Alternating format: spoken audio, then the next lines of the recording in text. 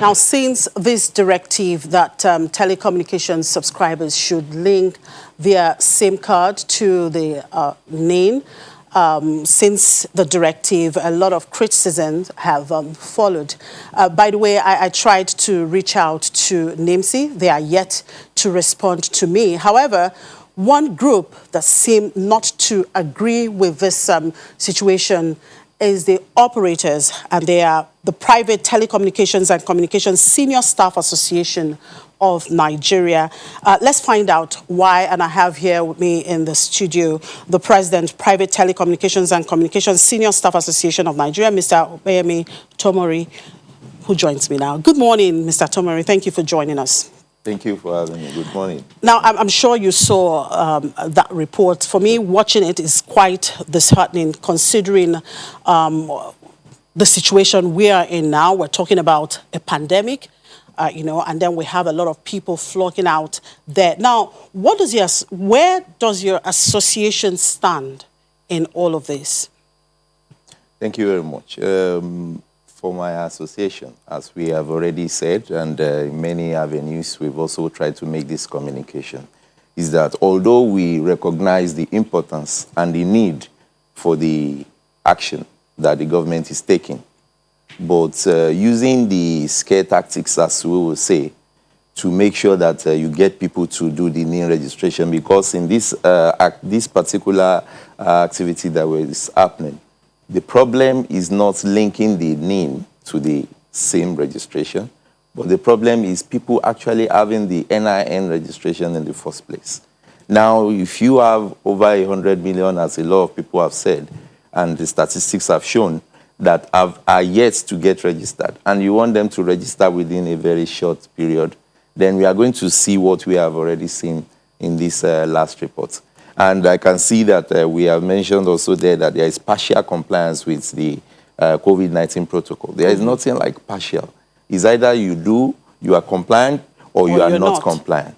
So if we are trying to do the NIN registration, the NIN link to the SIM registration information that we already have, this is in order that we could actually save lives and make the nation more secure. But we are also putting a lot of people in the line of danger once again. Now, I wish NIMSI is here to answer this particular question, because I know that National Identity Management Commission has been in existence for over 10 years.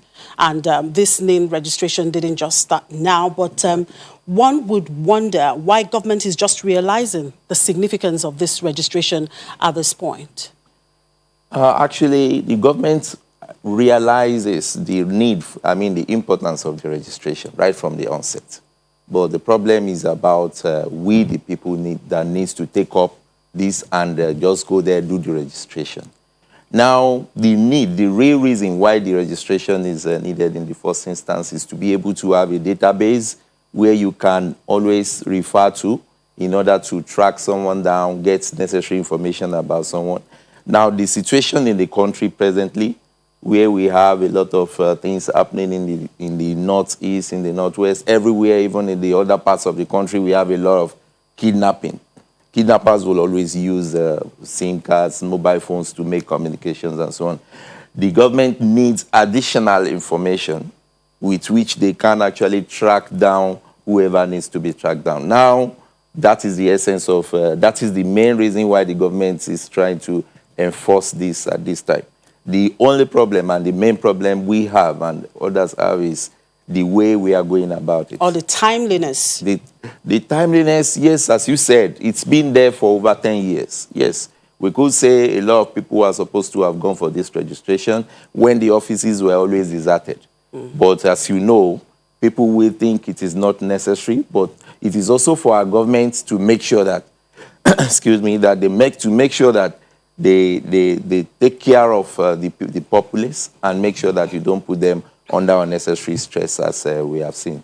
Yeah, so I can understand the fact that the government would want to have a comprehensive database, and I can understand the fact that, yes, we have had issues of insecurity, and it's proper to really track some of those. Now, we've been doing a lot of registrations. I mean, you guys in the telecom, we've had SIM card registration. There's also BVN. Even your INEC registration, census. I mean, is there no way these things can be unified? Thank you. Yes, there are ways. And that is actually what we are also driving in our communication, is that linking the NIN registration information with the SIM registration should not put any stress on anybody, not any subscriber in Nigeria, because easily that could be done in the background. So if you look at the way the operators and the government is going about it, they've made sure that it is easy for someone to do just on his mobile phone. That is the linking itself. Now, in terms of the other databases that we have all around, as you said, yes, linking these and trying to have a single database where you can get all this information at when you need it. Yes, this is doable, and it's very easy in today's world to do that because you already have very, very, very unique data, which is in form of the biometrics, which is being captured all around. So easily you can synchronize, and then you make sure that you have a single database. It may not necessarily be a single database per se, but the thing will be that there will be a management layer where you could access and connect to any of the databases, just like doing a search. You know, search engines will go to a lot of databases to check what you need. So we can easily, it is doable if the government really wants to do this. Yes, I think I agree with you that it's doable, because another thing that I'm trying to wrap my head, around is the fact, even before this instruction was given, yeah, for me as an individual, if I have my NIN, okay, and perhaps I don't know what the number is, my telecom operator has a code I can actually dial, and then I get my NIN number. So doesn't that show that, yes, this is already, I mean, my operator already had connection with my NIN? Exactly. Yes, there are some already that... So why do we have to go through all this process? Yes, this is what I was saying, that the issue of the linking and those that already have is not the main issue. The main issue is for those that are going for the registration. And you see a lot of people thronging to the offices of the NIMC to make sure that they do this. Now, for you, do you think NIMC has really not done its job in all of this, for us to have these number of people yet that are yet to be, registered? Yes, I agree. They've not really done enough, because to really sensitize people to make sure that they do this, there's supposed to be a lot of communication, jingles on the media and everywhere, to make sure that people realize the importance. That's one. The secondly is to make it readily available everywhere, registration centers. But if you go around in Lagos, for example, at the time it was just only 21 centers all around the whole of Lagos for 20 million plus people. So you will never get people to do these things, because it is not even in some localities. So for NIMC, yes, the government, this is the responsibility to make sure that they get this to the doorsteps of people. And then secondly, the awareness should also be there. Now, I am wondering, with all of these people out there, and with this directive that the government has given, and then you have a lot of people, throwing it out there to get their name, their registration done. Now, before this, there has also been some kind of challenges in terms of infrastructure. Now, I'll give you an instance. My daughter, for instance, wanted to do hers. This was just way before this, and then went there to do the registration. She had to stand out there, waiting to be registered. And then the next thing, they told her that there's no light. They don't even have generators. They have time when they will have to on the generator. And then you still have to pay for it. Is that acceptable? Not in any way. And that is what we have said again. In terms of the commission needs to ensure that it is easy for people to do. Because when it is not easy, just like the instance you cited right now, a lot of people will lose interest, and then they won't do it. That is why the scare tactics that the government is employing now to force people to do it when the government have not put the necessary infrastructures in place to make it easy, then it is not acceptable at all. Yes, because at the end of the day, we will just run into chaos everywhere. Now, for you telecom operators, I mean, the ball is also in your court now to ensure that these linkages, are done. And I know that when the announcement was made and the 2 weeks deadline was given, you guys cried out that, look, you cannot achieve this. Now they've extended it to 6 weeks. Can you achieve it now? No way. It cannot be achieved because, as I was saying, even with the participation of the private establishments and the others that have recently been approved, there is really no standard operating procedure on how these people are going to come on to participate and help in relieving the stress on the NIMC, okay? Because if this starts and when this starts, then we could actually start talking about registering about 3,000 people in a single station.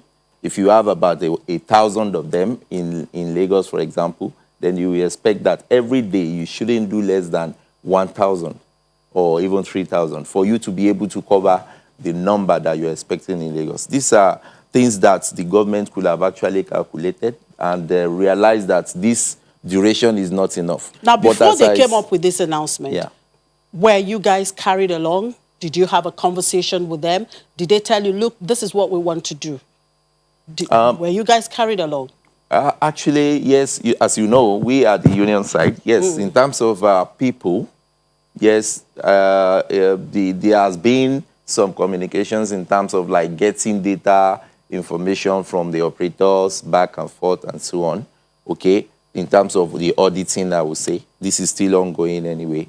And if you, I think in the news, we've also seen that there has been also meetings between the operators as well as the government establishments to make sure that they set the proper timelines, okay? But what came out of such meeting, we saw we are getting like 3 weeks, 6 weeks. That's really not enough. It cannot happen because, as you know, we are in the festive period. A lot of people will rather not do the registration until about next year. And the next year, they have less than 2 weeks to do this. So how many people do you want to get registered? It is clear that in the first instance, the government is setting these dates just to make sure that there is pressure on people to quickly go and do it. So we as Nigerians also have a part to play. Yes, the government saying that the duration is this, is that they are, I'm sure, maybe from all indication, it's clear that they know this is not going to happen. So if by 6 weeks now, and for those people who are unable to do theirs, are you going to cut them off? No, I don't think the government can even do that. It's actually absurd because, one, you have already stopped a lot of, all the operators to stop registering new SIMs. A lot of people lost their SIMs and they cannot even do welcome back. They can't get calls to do anything until after the deadline in February. That is actually ridiculous. It's very bad. And that is saying that the government does not really care on the collateral damage, as I will, if you permit using that word. The collateral damage is getting higher by the day, exposing people to COVID-19 dangers like this, and the other parts, getting people to come back into the network when they lose their SIMs, and so on. So it is clear that all these are just ways to get people to quickly rush to do it. For instance, you could see the BVN case, for example, when there was a push that your account will be blocked if you don't do this. But a lot of people, some are still doing BVN as of today.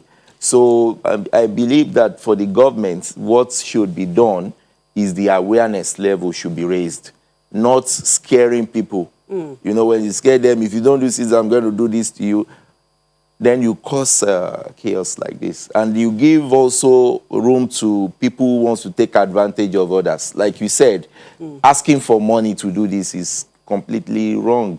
And now touts are there. If you go to the offices to register, the touts will say, you pay me some money, I will do it faster for you. And, you know, people want to get this done and go away and do other things. So they might be forced to. Very soon you'll be hearing that they do this for 10,000, 20,000, which is Even before now, they do it for 15,000, Oh my 20,000, and Yeah, so that's the truth. it's just Now, like you are pushing us into yes, their hands. you are a stakeholder there. You are to implement whatever it is that the Yes. government, has said. So, how long do you think you need to get this done? In terms of the timeline, that will also be, for example, in terms of the calculations, seem come up every day, So if the government could actually set a realistic timeline, like a year or 2 years, within which they will reevaluate the situation and then do whatever changes and adjustments that are necessary. So we could say we will be getting somewhere with that in All this right. time. Thank you very much, Mr. Obeyemi Tomere. Thank you very for that clarification from your own point of view. So hopefully, NIMSI would have also some answers to give to all of this. Thank you very much. And, well, I wish you and your family a Merry Christmas. I wish you the same. Thank you very much. Thank you. And as 2020 draws to a close, how do you reposition in the new normal in 2021? Codros Research has a report on this next.